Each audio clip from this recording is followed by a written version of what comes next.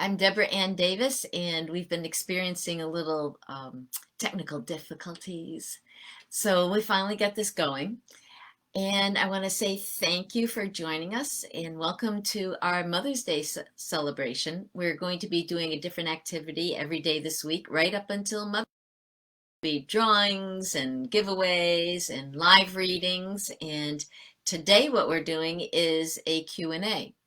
So I'm Deborah Ann Davis. I'm the author of How to Keep Your Daughter from Slamming the Door. And you are welcome to pick up a copy of that because a lot of what I'm going to be discussing today you can find in there.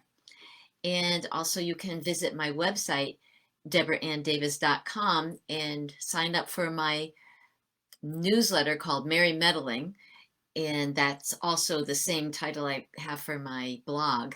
And you'll find a lot of posts in there that'll help you out if you're a parent who is being slightly overwhelmed by these weird circumstances during the school year.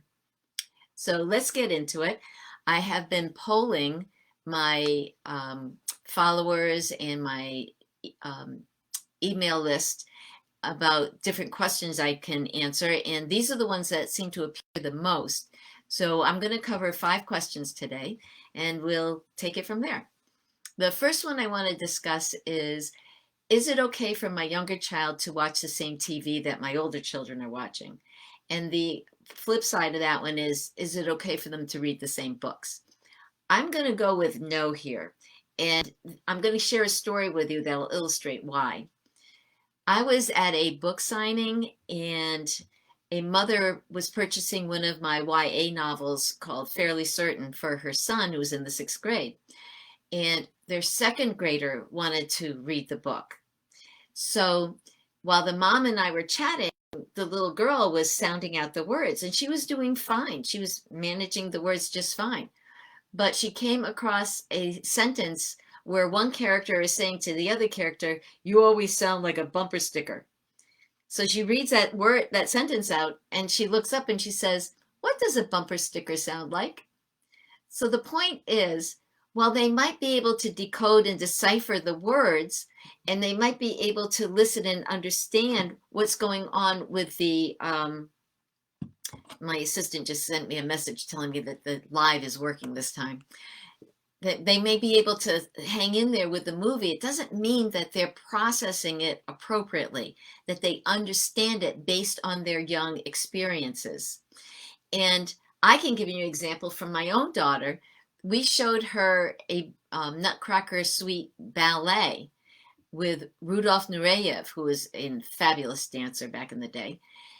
And we thought, oh, culture, and it's ballet, and she likes to dance, and she'll love this movie. But she was 5 or 6 years old, and she had nightmares about the Mouse King attacking her for the next week. So you have to really be careful about what you're exposing them to, because their little minds can't handle it. Okay. If you have any questions or comments, go ahead and add them into the below, and I will respond to those at the end. Oh, and by the way, if you want to know what the events are for the entire week, those will get posted at the end of the live video too. Alrighty. The second question I want to address is, how can I reduce my child's academic stress? There's a lot of ways that you can handle this, but the first thing I'm going to say is tell them they are okay. Tell them that this is a messy year, and no matter what happens, that they are going to be okay. So you've got their back, and they don't need to worry about it, because you will make sure that you can solve this situation. And if you can't solve it, then you will find somebody who can, and they don't need to worry. That's a message you have to keep saying over and over and over. You have to say it to your 1st graders. You have to say it to your 7th graders. You have to say it to your seniors who are looking at, how am I going to look good on paper for the colleges? Tell them that you've got this. Whether there's a delay or it goes smoothly, you've got this, and you will help them through it. They don't need to be stressing about it. They need to just get about the business of learning. The other thing is, if you have become responsible for your child's learning, whether it's for the whole year, or whether it's on again, off again, on again, off again, or whether it's by your own choice, one of the things that I strongly recommend is that get, you take a learning styles inventory. You take one for you and you have your child take one. Or if you've got a small child, you can actually do it for them.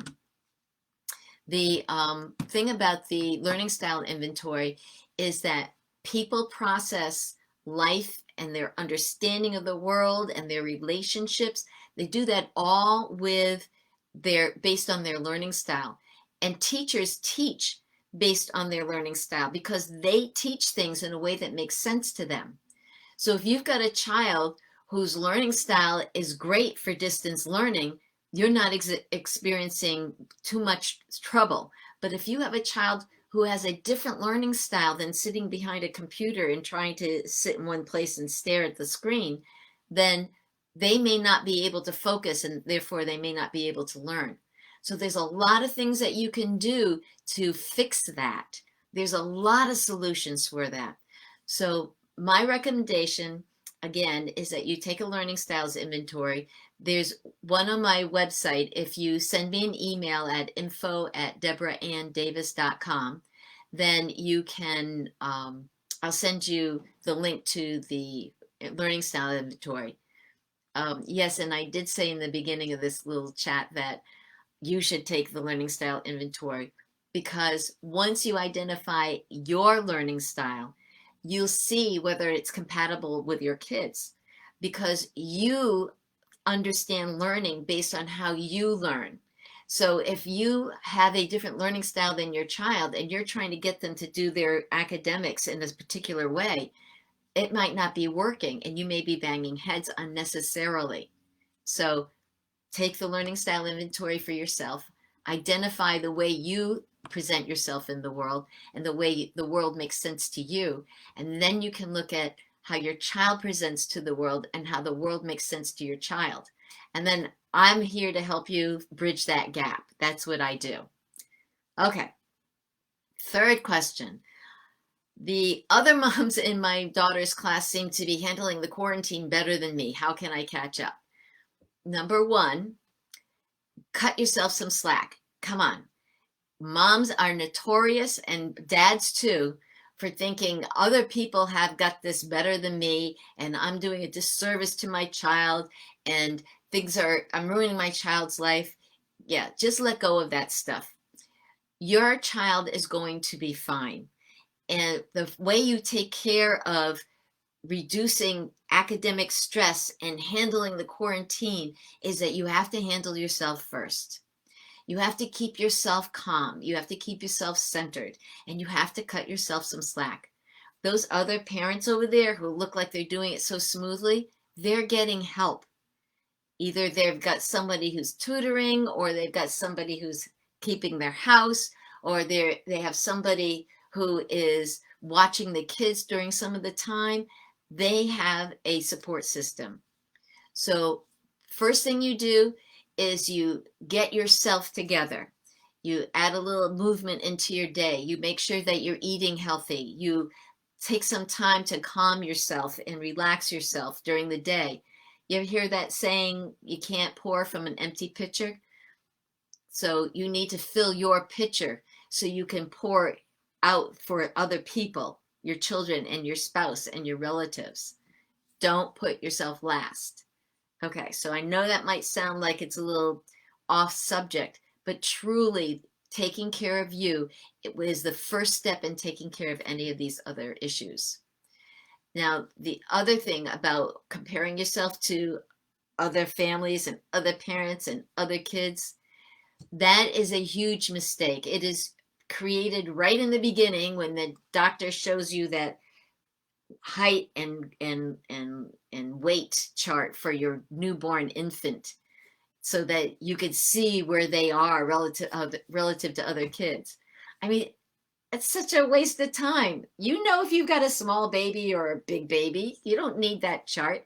But right away, it puts you on the path of comparing your baby your perfect, wonderful child to some other nebulous concept that you haven't even seen.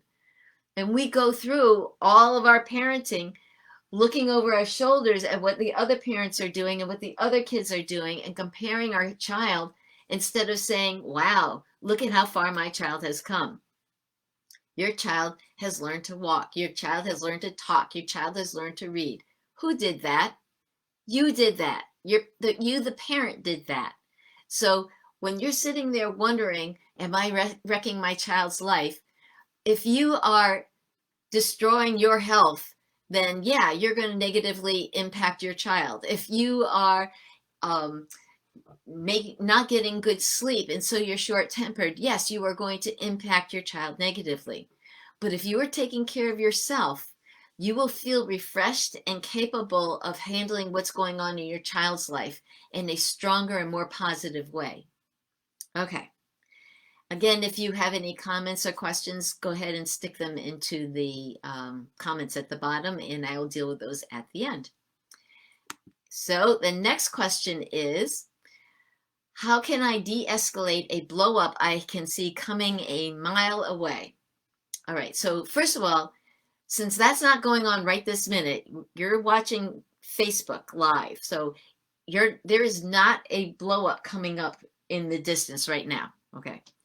So now you can deal with the blow up. This is when you do it. You pick a neutral time where things are calm and you go and you talk to your child and you say, first of all, if you have a contentious relationship and the child doesn't want to talk to you, then you approach them and say, I just heard this thing I wanted to share with you. Is now a good time or would you like to do it in an hour? Don't give them a yes or no question. And those of you with toddlers, never give them a yes or no question. Always give them a choice. And both choices have to be something that you're good with. So don't say, do you want to do it now? Or would you rather do it in an hour if you're going to be busy in an hour? So you pick two choices and they will pick one. And then you say, great. And you take off and then you come back during that time. So you have a conversation with them. I don't really like the way we're interacting. And it hurts my heart because I love you so much. And I think that we can do better. So I'm going to be doing some research on how to make things smoother between us. So there will be some changes that you'll see. So I'm telling you this because I don't want you to freak out when I start doing something different. But when I come up with a solution, I will tell you so you know ahead of time. Thanks for sitting with me. I love you so much. And I'll talk to you later after I make dinner. And then you sail off and you leave them in a wake of a nice interaction with you that didn't put them on the defensive, and a couple of statements about how much you love them.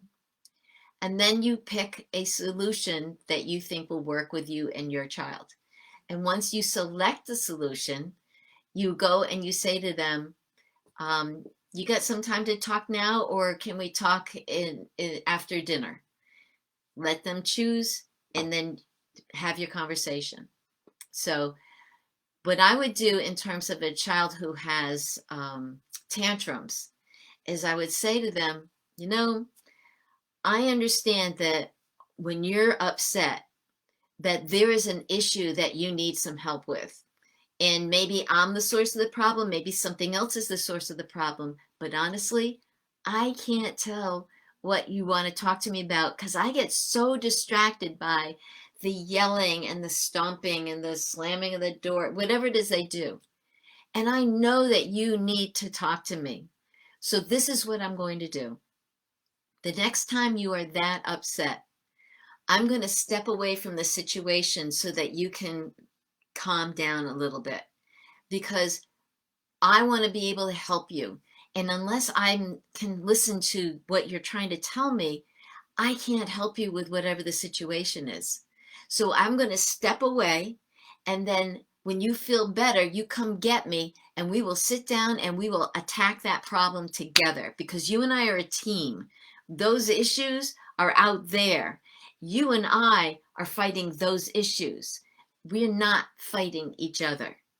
So that's what I'm going to do. I'm going to step away, and when you feel better, you come get me and I'll be right there and I will come back and we will sit there and solve that issue together, because I love you and I think that we can do better together. So that's my goal. And then you leave them again in a happy place and go about your business.